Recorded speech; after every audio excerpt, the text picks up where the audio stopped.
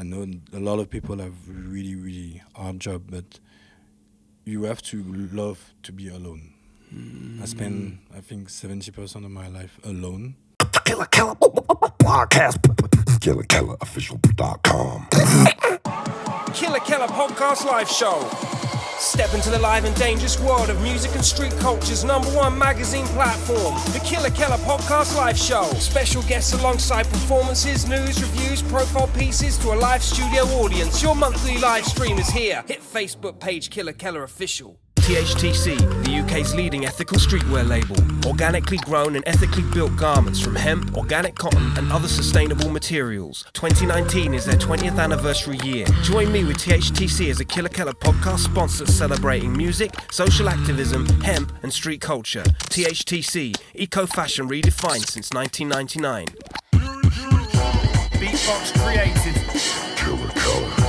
And we're here to talk about world music and street culture. KILLA podcast. Yeah, 1, 2. No. I can't. Ladies and gentlemen, this is the KILLA podcast, and we're live right now. Coming to you direct from a secret location. Well, not really secret. It's Flex FM, which is fucking awesome for me. Big shout to our people's graffiti kings. Yeah, it's awesome for me because, gets us out of the house, doesn't it? And for good reason. A very good friend of mine from Paris, France, who, if we're calculating right, was only a few days short of when you were my third guest that was ever on my podcast 2 years ago. Yeah, 2 years ago. It was the 4th of January. 4th of January. 2 years We ago. are like 3 days short or something right now. Yeah. But this doesn't matter anyway to you guys that are listening in right now because, you're going to get this in a few weeks after we've done it. But the fact remains, is true to his word, Maya is in the fucking building. Hey, what's up? I'm good. Yeah. So explain a little bit about this, brother, before we get into you. What are we doing here? So we are on Flex FM today because it's my first residency. Because I have a residency for the year, 2020. I'm going to DJ there every first Wednesdays of every month and invite some guests at the same time. Yeah. So this is really like the early beginnings of a year that is just going to be ever building for you. I hope so. Yeah. I really hope so. But I'm super, super happy. I really thanks again the Flex FM family. Yeah, do you want to do some shout-outs? Who we got inside that? I mean, there's a load of people, Yeah, by the way. there's people. But Carlos, Soli, Becky, all the people who work for Flex FM, so nice, really good people. And Big shout out to Shah as well, graph writer Shah inside the place. Wow, I didn't know he worked here. I was only talking to Tizer the other day about getting him on, and it's like, woo. These things happen for a reason, right? True. But it's crazy to see each other here. Like, 2 years ago, when we did the podcast 2 years ago, it was really not the same configuration. No. It was... What was it? Yeah, because it was a bit of a weird one. You were with Jadams. I was, yeah. Big shout out Jadams. Yeah, big shout. Big shout out Jadams. Thanks to him, I'm on Flex FM. Yeah, totally. Yeah. Introduced me to Flex, and he's the man. Because Jadams, who does the corner shop sessions, these sessions are amazing. Yeah. Oh my God. But yeah, and I'm already coaxing to try and get that on their podcast live show. I'm like, dude, you need to do this corner shop sessions, Even in Paris, we speak about this. It's just genius. Yeah. Why don't people do it? Well, no, not why don't people do it. Why doesn't him and his people get it together and bring the people in and just, you could be doing like crazy... Yeah. The concept is awesome. Awesome. Yeah. Awesome. No, it's crazy. So he brought you in on Flex. That's how it came. Yeah. He brought me because he used to have a residency on Flex. Yeah. And he invited me as a guest to DJ with him. I remember. Yeah. It was that time. No, what happened was, I came on Jadam's set. But when we met for the podcast, that's when you were doing the guest with him, right? I think it was. Yeah. But we were with each other only, 2 weeks ago? For corporate event, weren't we? Yeah, Rallycross. Yeah, Rallycross, yeah.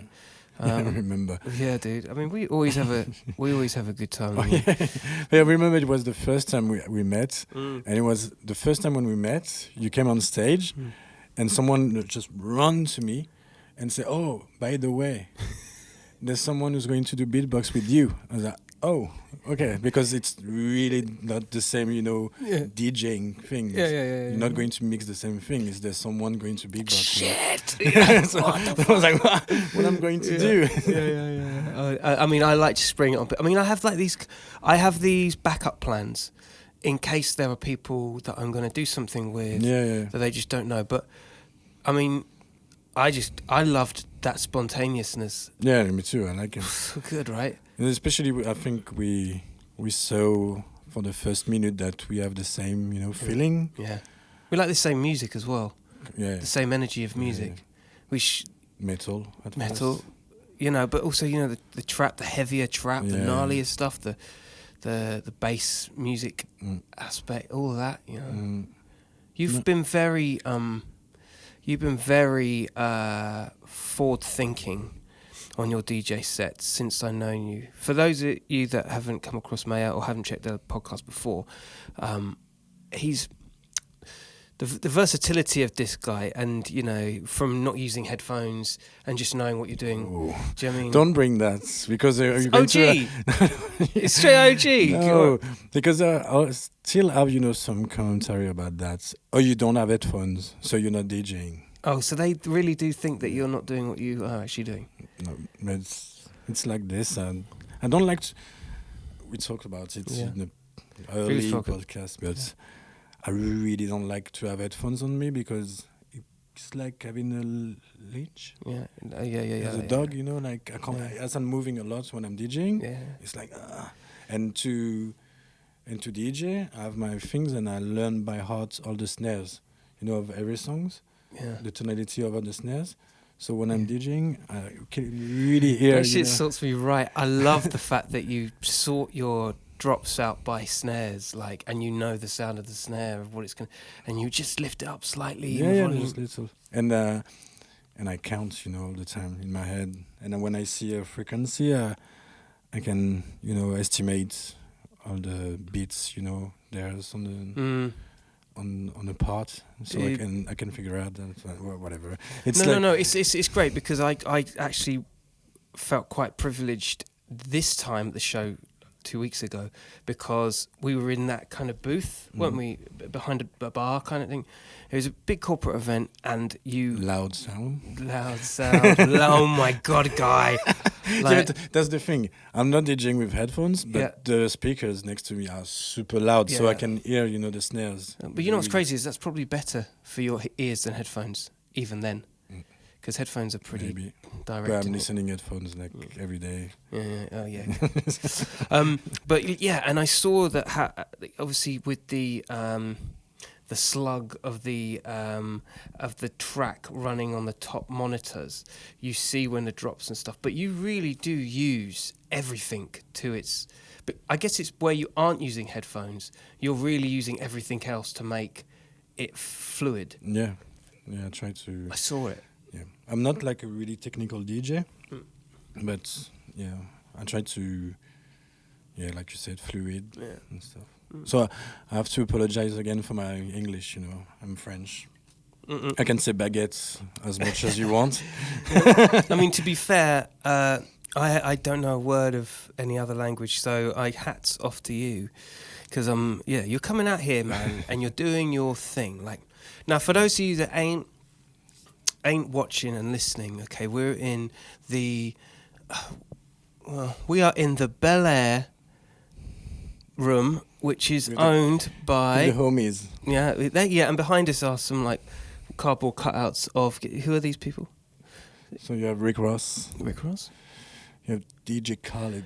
So this is DJ Khaled's room, sponsored room in Flex FM, which is blowing my mind right now. Yeah, they have so much things. They give us every time I'm DJing on Flex, they give me box of champagne. Box of champagne. Yeah. They just and that's what we were saying. It's like the Americans have a way of just loving promotional material and just like we're saying, a nose ring with the logo, champagne with the logo, everything with the logo of the brand. And this room definitely testament to that. It's like, I mean, who has a cardboard cutout of themselves just because they're not in here? case. Yeah. In case you don't remember that Bel Air Yeah. is from DJ Khaled. DJ Khaled, but Flex is doing some crazy stuff right there, right? Yeah. It's really doing its thing. And that's why I like with this radio, like in France, we really don't have this kind of radio.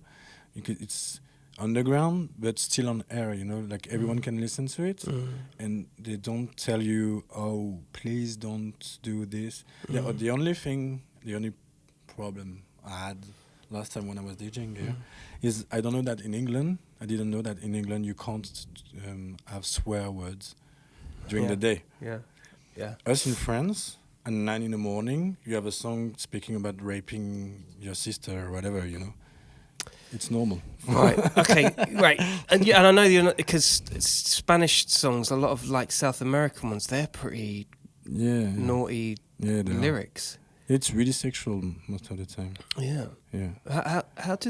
Are people just like used to that vibe over in France? Yeah, but in France we have a big culture of like the ghetto, the streets being tough, and gangsta thing. It's really not the same thing. Like, it's really funny when you see Americans, hip-hop guys coming to Exhibit France. A, Rick Ross. Yeah. When they come to France and they see the real ghetto. And the gangsta, they come to their show and they see them and they're like, oh, they don't need guns, No. because they are really, They really don't. I think it's the same in England. It's like... Yeah, it is. I think there's a lot more expectation on American artists just to be hardcore.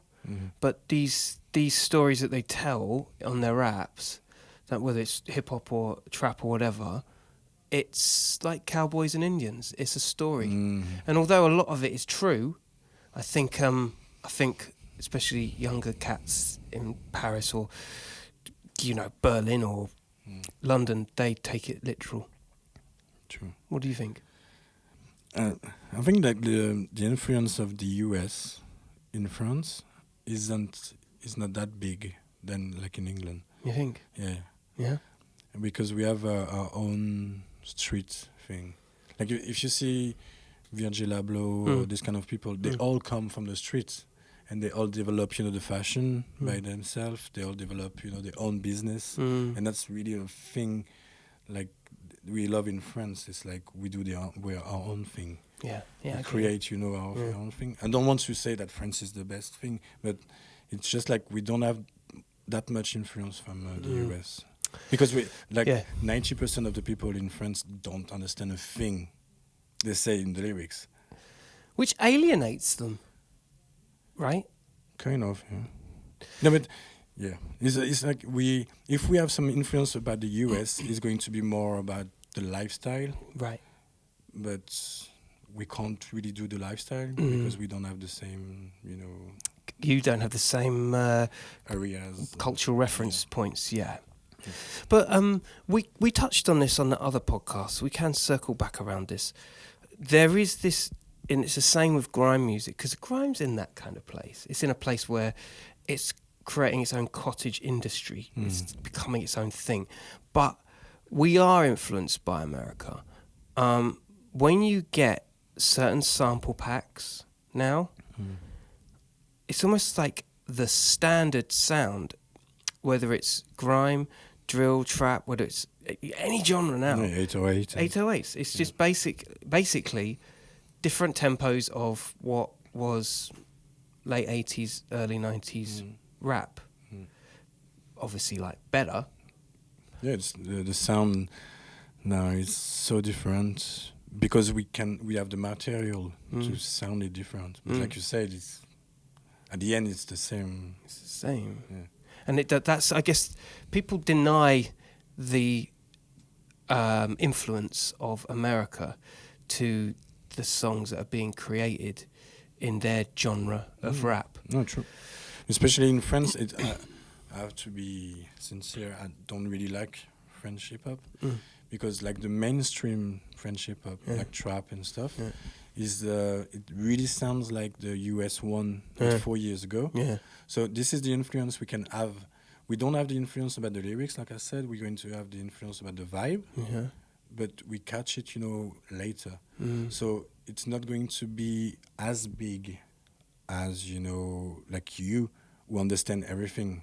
You understand all the lyrics, you understand the... Oh, I see what you mean. So there's a slight delay based on the conversion, the translation. Yeah, and as we have this delay, the influence is not huge. Immediate. He's going to be there, but not like in the lifestyle, in the everyday lifestyle, That's crazy, and I wouldn't have even put that into consideration. But when you do say about the age of hip hop in France, I remember going over there like when I first started, and I used to think to myself, on one hand, I was like, yo, their music doesn't sound as current.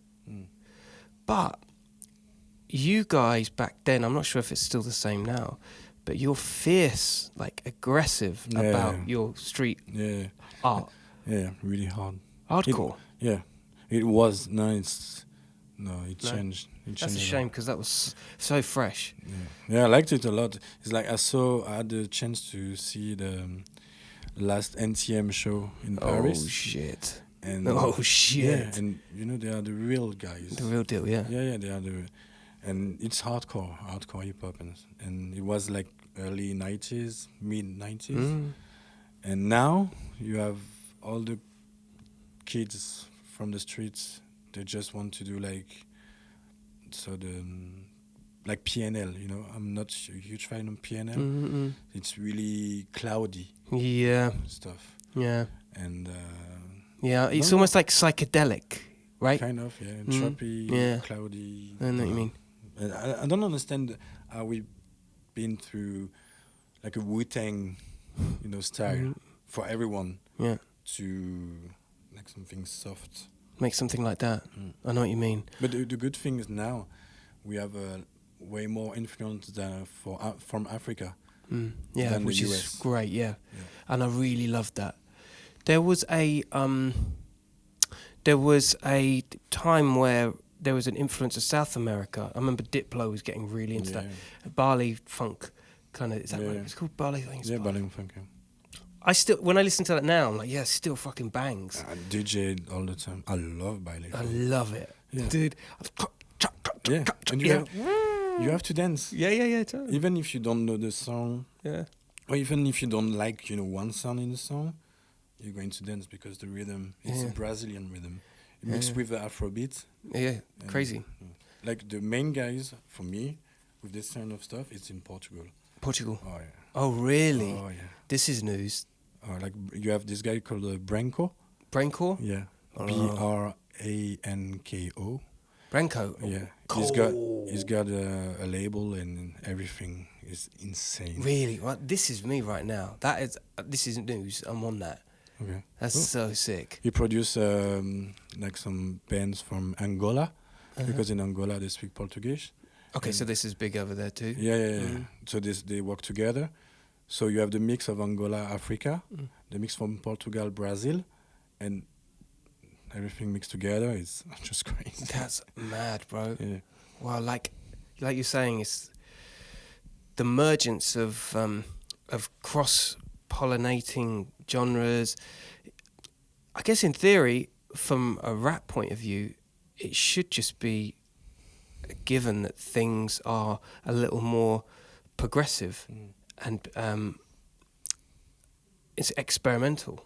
Yeah, true. It's the fusion. Remember, it was the same in the 90s, mid-90s. In kind of every genre, there was a fusion with hip-hop and metal. Yeah. With, and then R&B, and they had that kind of that thing going on. Yeah. I kind of used to love all of it. There was something that was, in my mind, it was acceptable, right, for Biohazard to work with Onyx. True. And I remember Judgment Night. Yeah, of course.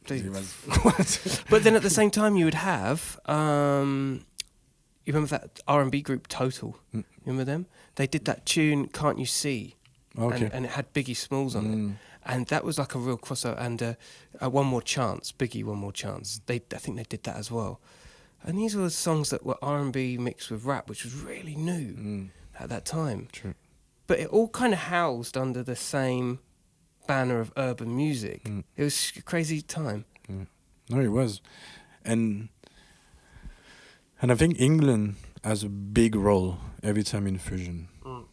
And for me, it's like one of the biggest country for creation in music. Yeah. When you have a band called Massive Attack, when you have a Ronnie Size or this kind of people, they really grab, stuff everywhere. Yeah, in an understated way. It's crazy. It's really one of the only country you can see this kind of thing happen. Like in the US, you have some bands like Rage Against the Machine and stuff, but in England, I think it's part of you, like mixing the genre, mixing the people. I think that happens, but what's going on now is people steal ideas because of the way it's put out to the world. If you put a great idea out on Instagram, you can bet your life 3 weeks later it's being copied. Like you spoke about Diplo. Yeah. He's a genius for that. Yeah. Because he went to Jamaica, he went to different islands like this. Just slammed it. And then he was, I'll have that, thank you. Yeah. Thank you. And then Major Lazer, and but with no fucks given. But yeah, he pays some tribute, to culture sometimes. Yeah, but I would also say that he put a spotlight on some interesting, like Get Free. Yeah, that's just a cold classic song, full stop. Yeah, and the video clip. Yeah, is outstanding. Jamaica. Yeah, it's in totally. Jamaica. It's just there's these standout moments where where people who take certain things, they have these like moments of it becomes their moment in the sun. All of their kind of taking, all of a sudden it just makes sense and it falls into a place. I loved that song. Get Free killed I love it. No, it's a really great song. But Diplo is a great artist because you have to be smart, to get the right thing at the right moment. But I do like him. He's a really nice guy too. Yeah. So in the DJ world, like bearing in mind that you travel a lot and do a lot of stuff, like I asked you 3 minutes ago what you're doing, and you're like, I've got this and I've got that. I'm going away to here, How? And this is more of a question for the people. Like, how do you manage being moving so much and being able to think outside of the bubble about branding, about how you're marketing yourself, how you want to progress, when you're constantly in a cycle of doing the DJ thing? Yeah. How do you balance that out? So before I was really bad about that. I was really not thinking about marketing and business around my job. I was just enjoying traveling around the world and playing music because I really do DJ thing because I love music. You love and it, there's bro. really not other reason. So that's why I'm kind of the black sheep, in this DJ thing, and I'm not really friends with other DJs because I don't take selfie 90% of the times. I don't say all the DJ do that, but there's a lot. And you don't stand on the tables and do the whole attention-seeking DJ thing. Yeah, like taking the mic and speaking every songs. Yeah. Are you ready? Yeah. 1, 2, 3. Yeah. No, I never do it. But for the traveling part, it's really awesome because you have the chance to meet so much great people around the world, and at the same time, it's don't want to, blame me or say. I know a lot of people have really, really hard job, but you have to love to be alone. I spend, I think, 70% of my life alone When I'm DJing, I'm alone. In the hotel, I'm alone. I don't do girls, as a DJ thing. Yeah. When I'm traveling, I'm alone. And when I come back home, I'm so tired. So I stay with my cats. Yeah. And I just have some rest when I can. And it's, you have to be ready mentally, you have to be prepared. Yeah. Because when you say that, the alone factor, but you know it, you do tours too, you travel too. Yeah, I mean, there's a novelty to me being on my own, because I do all of this all the time. And then when someone says to me, "Hey man, do you want to come to so and so? You want to come to a country, but you'll have to get there on your own, and you're gonna have to, And I'm like, yeah, I'm down. Because all of a sudden the Wi-Fi I can't use on the plane. It's like we are now sitting in front of a TV and you're chilling, like that kind of silence. That's novelty for me. Okay. But like you're saying, as a DJ, because you've got to be on your own, studying the songs. There's a lot of songs to go through. There's obviously business that's inclusive in that. You're practicing. So that's why now I have my managers. I have 2 managers now. I see Julian and Jay from IMTH. Old tight Julian J all day. Yeah. IMTH in Paris.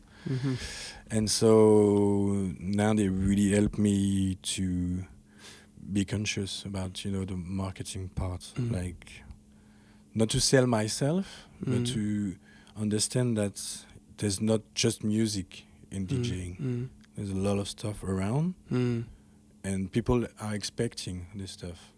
Like, filming, me in a plane, I don't get it. But they want it. But people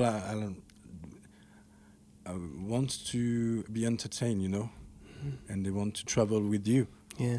And so they want your journey. Yeah. And it's so strange being that person. I get it, because back in the day, and I'm talking like, because you're younger than me, but like being of the teenage years, to do a selfie in our teenage years, you'd have been considered like a super ego dick. It's like, can you imagine handing in your disposable camera to a place, and they develop, and every single picture is of you. No, then you have to turn. Yeah. There's a real conscious effort here, like, here, develop these, motherfucker. But even because when you watch in the streets, people who take selfies, even like 4 or 5 years ago, was not really like a normal thing. Like when you saw some people taking selfie, in the street, you were like, come on. Yeah. We know what you're doing. But now it's like so normal, basic. Yeah. Where did that suddenly become normal? I don't know. And this is the thing, like, you've got to get, we as artists have to get into the habit of it. It's not stressful. It's actually sometimes fun. And especially when you're doing something that even you can't believe you're doing. You're like, yeah, I gotta get this. You guys aren't gonna believe it. Like, there is an energy to it, but it comes with a lot of habit creating. Yeah, I mean, it looks like we are in a big reality TV now. Yeah, each of us. Yeah, totally.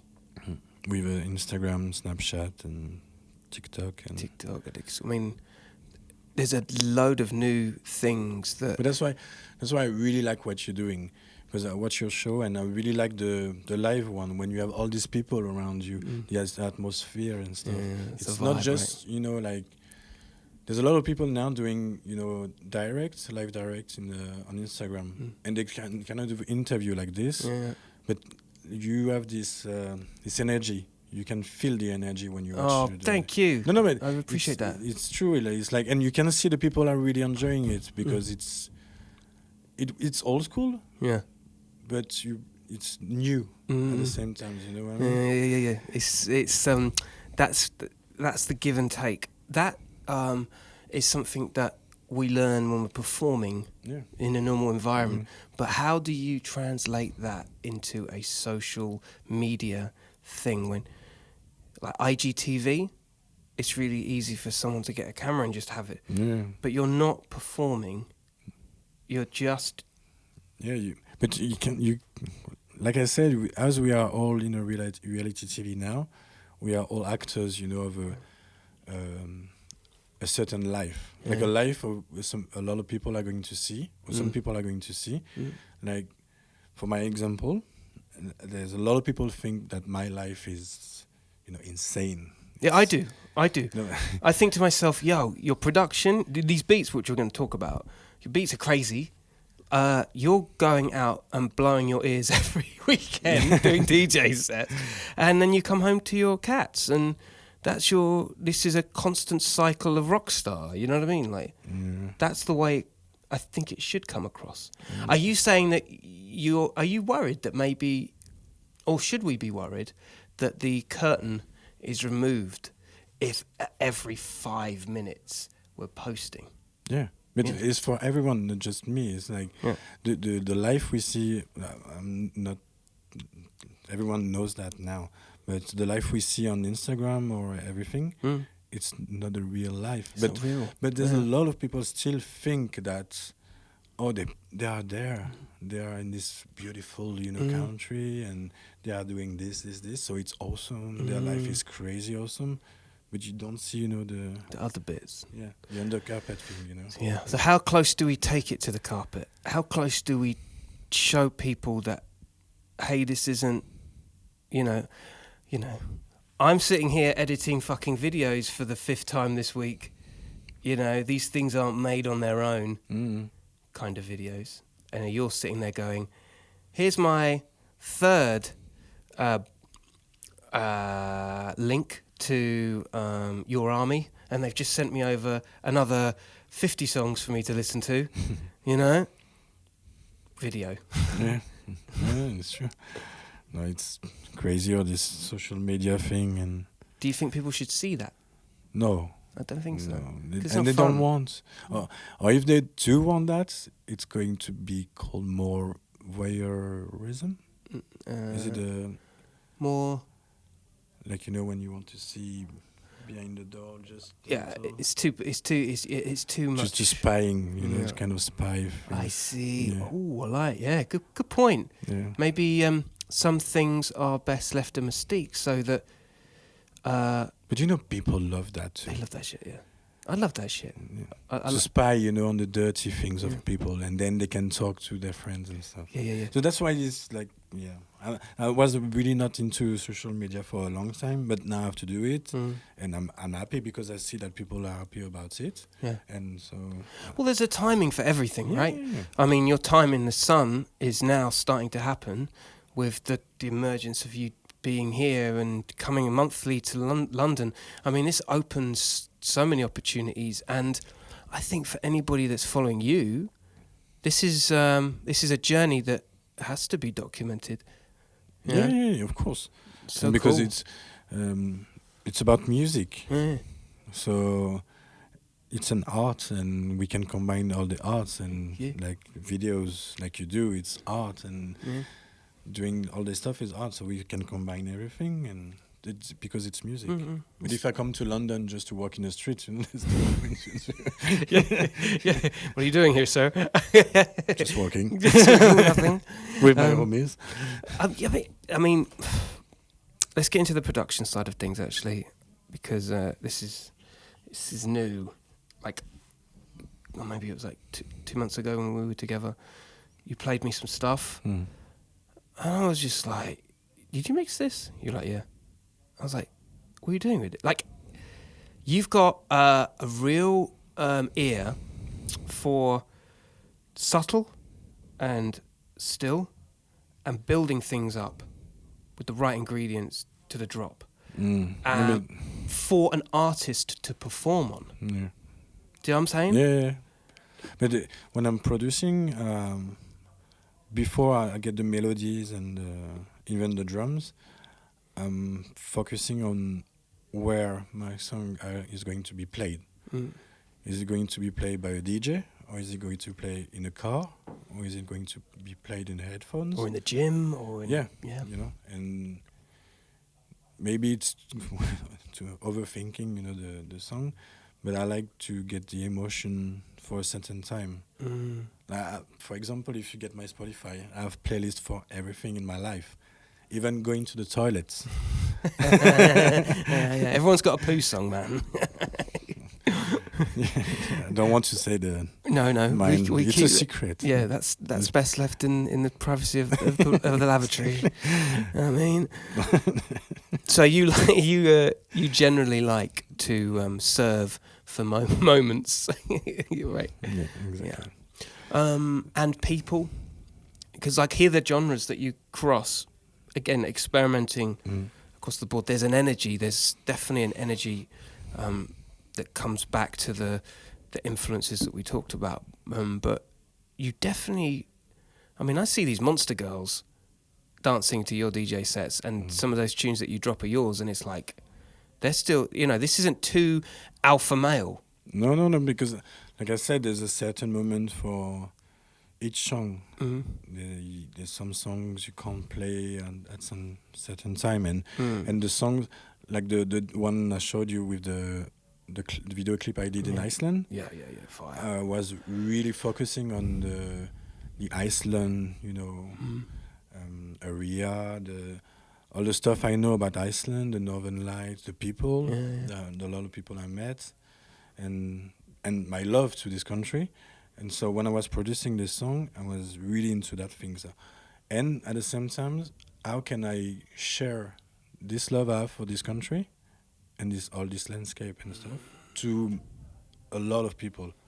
Because if you keep just in mind, you know, the Iceland, the landscape and stuff, you're going to produce Sigur Rós and this kind of stuff, and it's really a niche. But when you want to produce more electronic music and you want to be more listened to by people, it's different situation. But it's, you have to put, you know, a view inside. I think you have some emotion, you know. And, especially when you talk about Iceland. I mean, some of the most amazing. You know. It's really my favorite country. I think it's your favorite country ever, isn't it? Is it? It is. You're gonna move there. I had a bad news about that because if I want to move there, my cat has to be in quarantine for 2 months in a cage. Oh, so that's a real high-end dilemma. Yeah, so I'm going to wait a little. yeah. This is the thing with animals, and you're traveling, you're touring, you're that guy.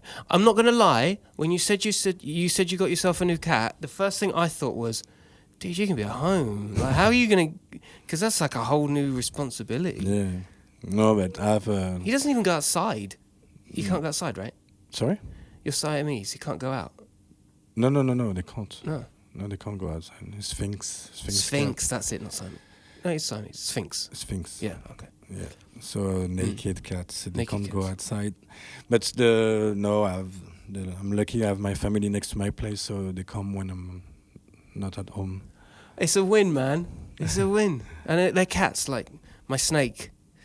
My family don't want nothing to do with my snake. No, but you know, part of my family, they don't want to do anything with my Sphinx cat because they're afraid of it. And when they saw it, they was like, "Why did you have rats?" And I'm like, what? Yeah, I've met a couple of Sphinx, and they are a different kind of animal, aren't they? Yeah, they are. They need a lot more. Just Sphinx. Yeah. It's a mix of a kitty, a doggy, and a baby human. 100%. It's really like that. 100%. Yeah. And they own the house in a very different way. If you come to my apartment, I think like 70% of the apartment is for them. Yeah. There's like things for them everywhere. It's crazy. Yeah, it's love, you know. So how can you say you're on your own?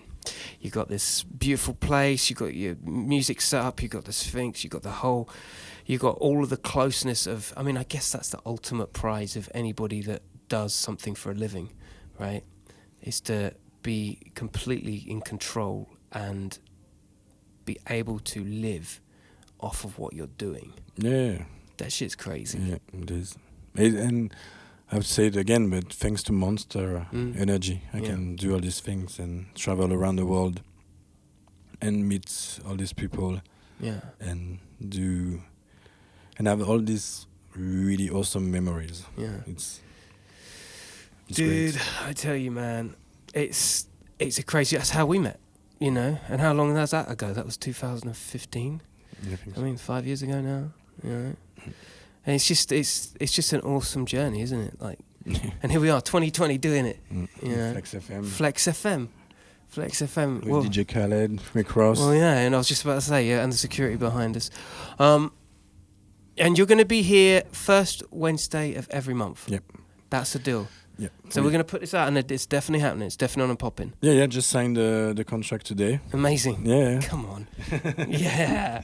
No, I'm really happy, and I'm going to bring some guests. I can't say the name. No? No. Okay. But if you're into hip hop, especially old school, I think I can say DMC, you know, this kind of stuff. Dude, I already know what it is. I mean, listen, I already know what it is. I'm not even going there. But yeah, that's fine. It's going to be great to be in London, you know, with mainly Parisian DJs.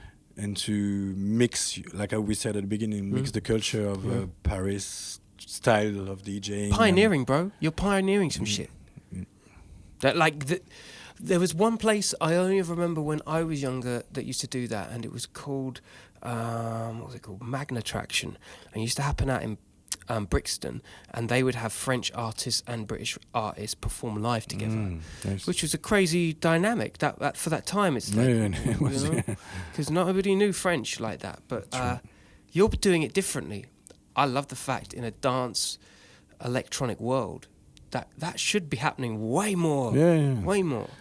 It's like everyone is staying, you know, in their own comfort. You know, like we are from Paris, so we stay in Paris. Yeah. Or we work with Parisian mainly, and don't know. It's strange, but I like to. No, I'm just happy to be with friends. And man, to just fucking vibing. Play music, you know. Just vibing, you know. Life is great. So on that note, is there anything more you'd like to add before we conclude your podcast? No, just happy to be with a really good friend. My G. Share this moment with you. Likewise, bro. And we're going to have a Flex FM show together, of course. Yeah, of course. Guesting up, you know. Record. They know it now. They know it, yeah. So it has to happen. It has to happen. Yeah, we got this. Ladies and gentlemen, if you don't know, you know now. The mighty DJ MA1A, Parisian's finest, killing it out here, doing it monthly. So if you want to check him out, come Flex FM for all the special guests and more. Thank you very much, brother. Thank you. Thanks to you again. Yeah. Really thank you. All the time, man. And remember, subscribe, like, enjoy, share, tell a friend to tell a friend. Do not sleep. KELA podcast live. Stay lucky, people. Peace. Peace.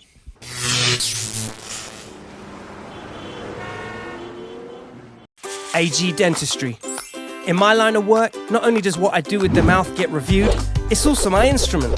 And it's beyond important to me that my teeth get the professional service they deserve. The AG family provide expert dentistry, whether it's NHS or cosmetic. They're the finest in London. Head over to agdentistry.co.uk for more information on treatments and prices. AG Dentistry.